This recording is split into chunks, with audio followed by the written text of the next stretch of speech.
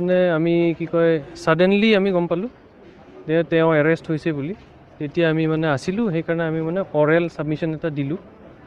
তাৰপিছত কোৰ্টে ভালকৈ চালে যোনটো মানে এৰেষ্ট হৈছে, গ্ৰাউণ্ডছ অফ এৰেষ্ট সেইবিলাক চালে।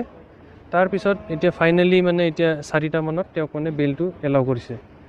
আৰু এতিয়া চৰি নাই, এটা কেছ, সেইটো হ'ল কেছটো আজিৰ যোনটো কেছ হয় এইটো হাওৰাঘাট PH 20/25। এইটোত মানে তেওঁৰ মেইন দুটা ছেকশ্যন আছিল।